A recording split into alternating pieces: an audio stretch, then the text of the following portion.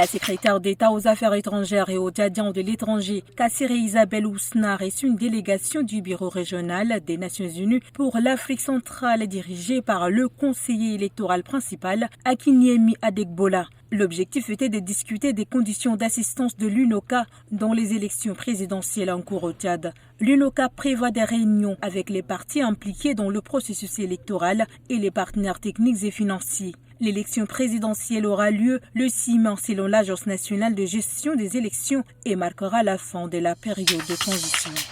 Un bailleur habitant le quartier Ridina dans le 5e arrondissement d'Indiamena a été tué par balle dans la soirée du mercredi 20 mars par son locataire. D'après les témoignages, le locataire, un militaire de son état, a été appelé par sa femme pour l'informer d'un problème à la maison. Celui-ci, en rentrant dans la cour, dégaine son arme et tire sur son bailleur sans crier gare. La victime meurt sur place. Informés, les parents du défunt débarquent sur le lieu et brûlent tous les effets du présumé meurtrier. Lui a eu la vie sauve grâce à la police qui l'a interpellé à temps. Autrefois structure sous tutelle de la présidence, l'Agence d'administration des zones économiques spéciales passe désormais sous l'autorité du ministère du Commerce et de l'Industrie. Dans une correspondance adressée par le secrétaire général de la présidence au ministre du Commerce, l'instruction a été donnée pour intégrer l'agence dans l'organigramme du ministère. L'AZES est créée en juillet 2022. Elle a pour mission principale de promouvoir le développement économique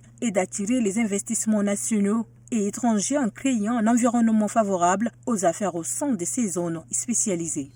Le ministre de la Santé publique et de la Prévention, Dr Abdelmadjid Abderrahim, a rencontré les directeurs des écoles de formation des agents sanitaires et sociaux dans plusieurs villes du Tchad. Lors de cette réunion, les discussions ont porté sur l'organisation de l'examen de certification, l'affectation des enseignants, l'efficacité de l'Institut national de santé publique, le curricula et la disponibilité des ressources financières. La qualité de la formation, l'organisation des stages pratiques et la supervision des enseignants ont aussi été mentionnés. Le ministre a souligné l'importance de l'enseignement de qualité, de la fidélisation des enseignants et de leur implication. Le gouvernement américain allouera 47 millions de dollars pour soutenir la réponse humanitaire à la crise soudanaise, dont 18 millions seront destinés au Tchad. La secrétaire adjointe du Bureau des populations des réfugiés et des migrations des États-Unis a rencontré le Premier ministre du Tchad pour discuter de la situation humanitaire dans l'est du pays causée par la crise soudanaise. Les États-Unis s'engagent à accompagner le Tchad